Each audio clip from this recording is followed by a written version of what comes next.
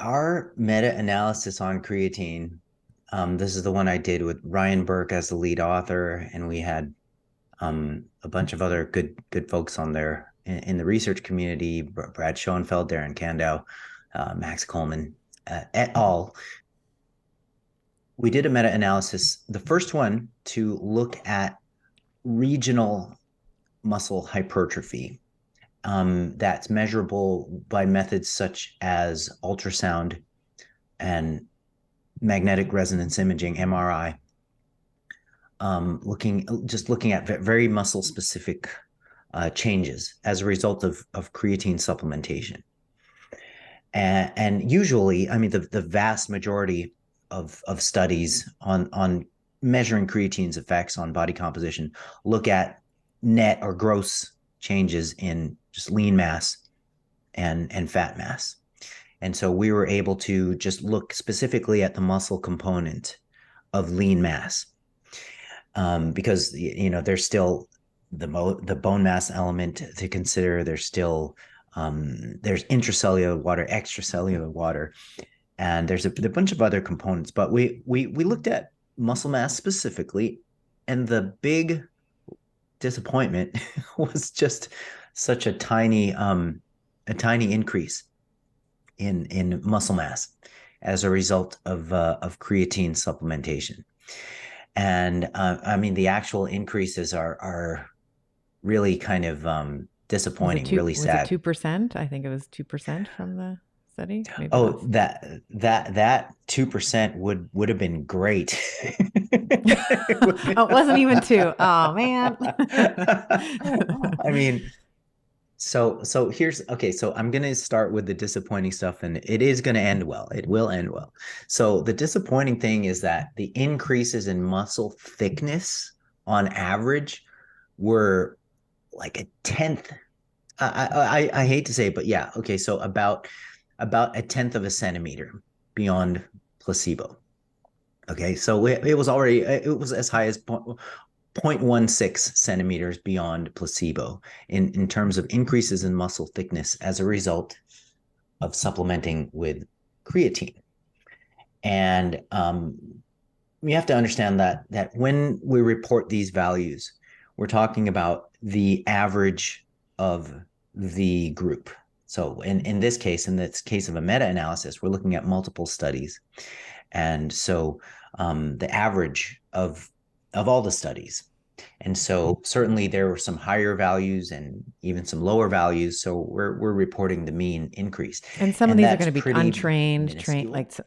yeah. That's right. That's right. And that's a huge point that you bring up, because in our meta-analysis, there were 10 studies that we drew data from, and only one of the 10 studies involved resistance trained subjects. There was another study that involved recreationally trained subjects, but I mean, their resistance training experience was minimal, like I believe, but far less than like it was to the order of weeks instead of months, as far as resistance training experience. So really, in reality, we had 1 out of 10 studies involving resistance trained subjects.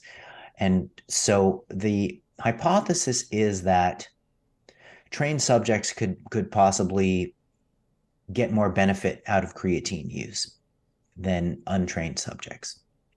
But regardless of whether you're trained or untrained, there are significant increases in strength, and there are significant increases in lean body mass. And so body water would come up.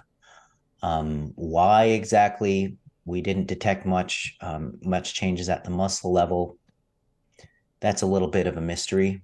I personally would chalk it up to maybe limitations of the instruments that we used, or the fact that most of the subjects were untrained.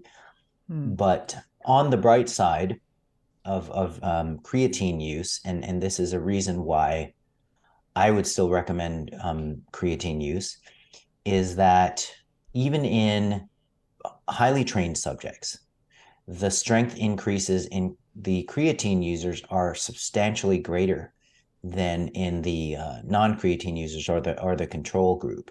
So we're talking about a difference of a 20% gain in strength in creatine users, even like highly resistance trained creatine users, 20% increases in strength versus a 12% increase in strength in the control group. So this is across multiple studies. And so that is a significant advantage as a result of creatine use. And in creatine users, this is where the 2% value comes in.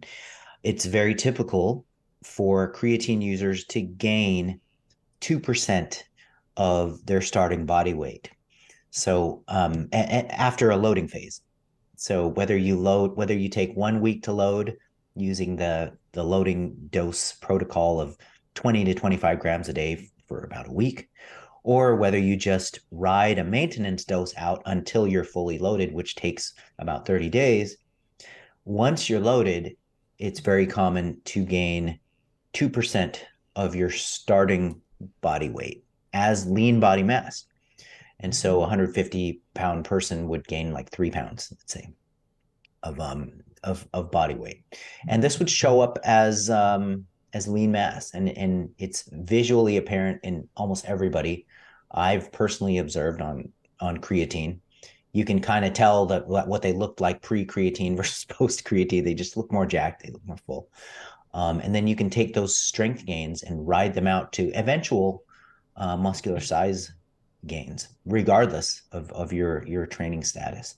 So even though we investigated this question of how does creatine affect specifically, the muscle component of lean mass, and we saw these tiny changes, the caveats are untrained subjects and untrained subjects. So that's like the big caveat, really. Point one, untrained subjects.